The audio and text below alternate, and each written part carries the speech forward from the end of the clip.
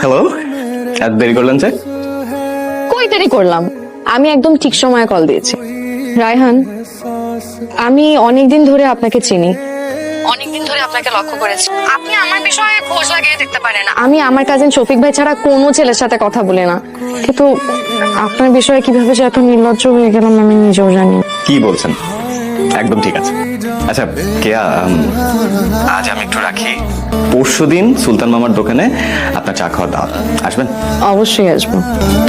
আমাকে আপনার কেমন মেয়ে মনে হয়? অনুভূতি কিরকম জিনিস জানেন? অনুভূতি এমন একটা জিনিস যেটা জমা হতে হতে মায়ার সৃষ্টি হয়।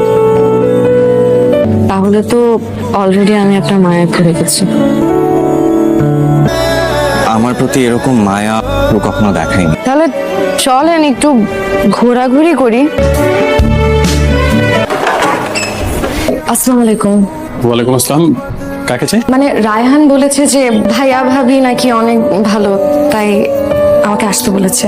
কি মনে করে হঠাৎ?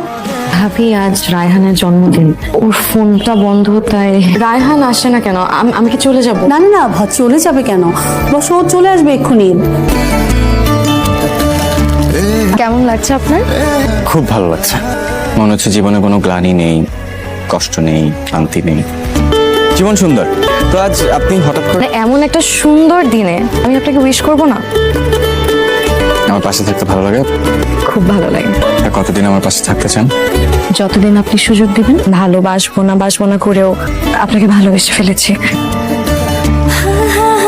Happy birthday. কেকটা কাটি। Happy birthday to you.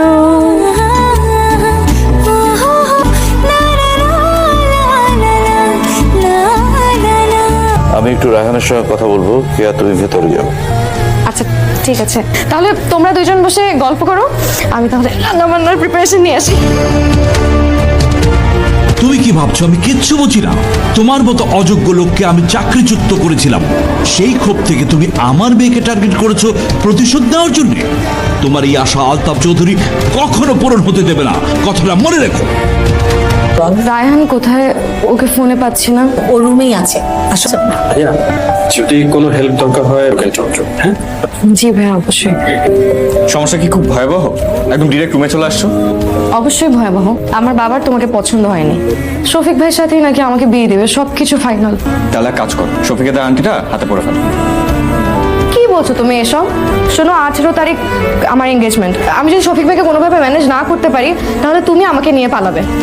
কথা বলছো না কেন? না, পালাবো না। রায়হান পালায় না।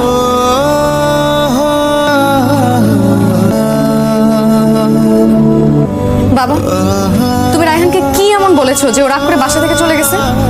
আলতাফ চৌধুরী কখনো কাউকে জবাবদিহিতা করেনি। তুমি তো আমার পছন্দের মানুষকে বাসায় ডেকে অপমান করতে পারো না। দেখো, রায়হান তোমার পছন্দের, শফিক আমার পছন্দের। আমি শফিকের সাথে তোমার বিয়ে ঠিক করেছি, এটাই ফাইনাল। এই মামা, রিক্সা থামান। তোমার প্রবলেমটা কি? এতবার ফোন দিলাম, তুমি আমার ফোন ধরো না কেন?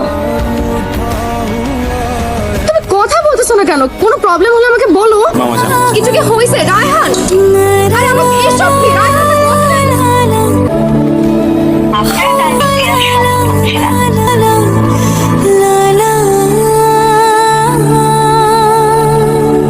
কিছু কথা বলার জন্য আসছি। আরে বাবা, সেটা তো বাসায় গিয়ে বলা যেত।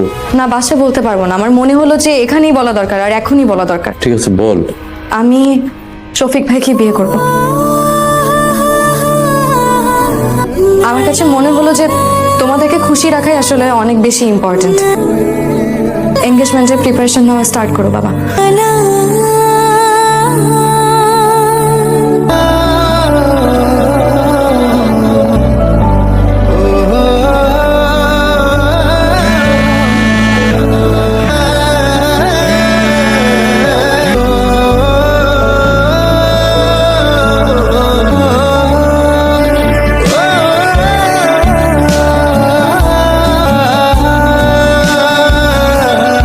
বাবা কই?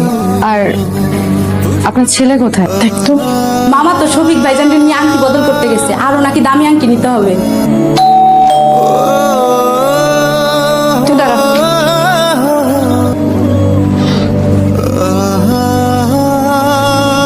টেনে তোর এঙ্গেজমেন্ট রিং।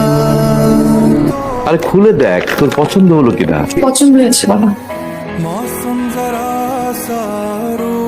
কোথায় যাও?